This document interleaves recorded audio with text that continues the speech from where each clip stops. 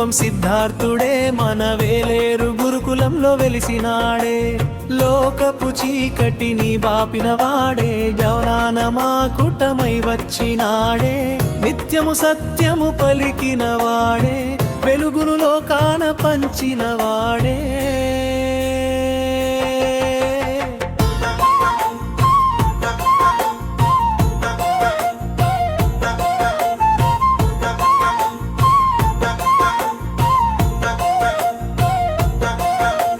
కపిలవస్తున పుట్టిన రాజకుమారుడు మాయాదేవి గర్భాన విరిసిన కుసుమము రాజభోగాలన్నీ తృణప్రాయమనుకొని ముక్తిని వెతికే బాటను పట్టెను ముసలితనం వ్యాధి మరణము చూసి చలించిపోయెను సిద్ధార్థుని మనసు దుఃఖానికి మూలం ఏమిటో తెలుపగా అర్ధరాత్రి ఇల్లాలుని వీడెను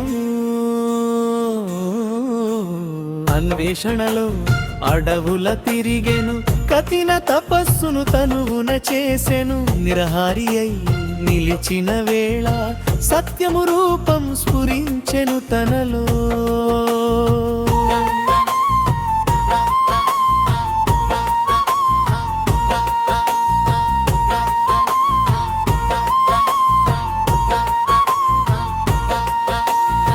గయలో ఉన్న రావి చెట్టు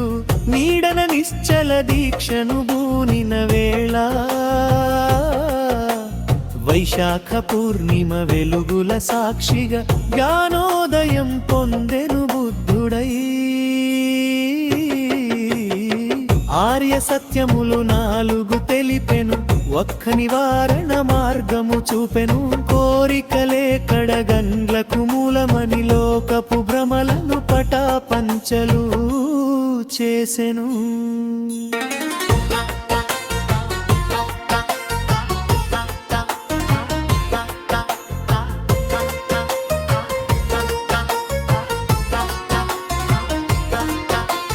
ధర్మచక్రమును మళ్ళించినవాడు సారణాథున బోధన చేసినవాడు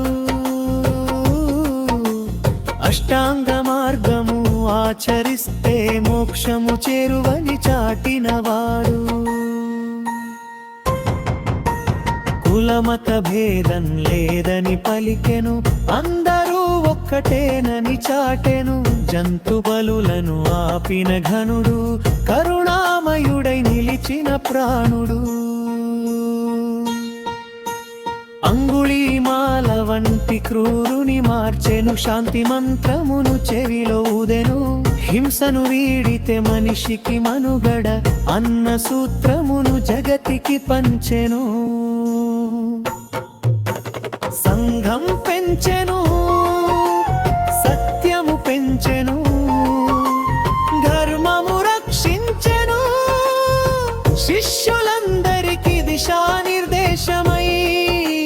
జ్ఞానపు జ్యోతిని వెలిగించరను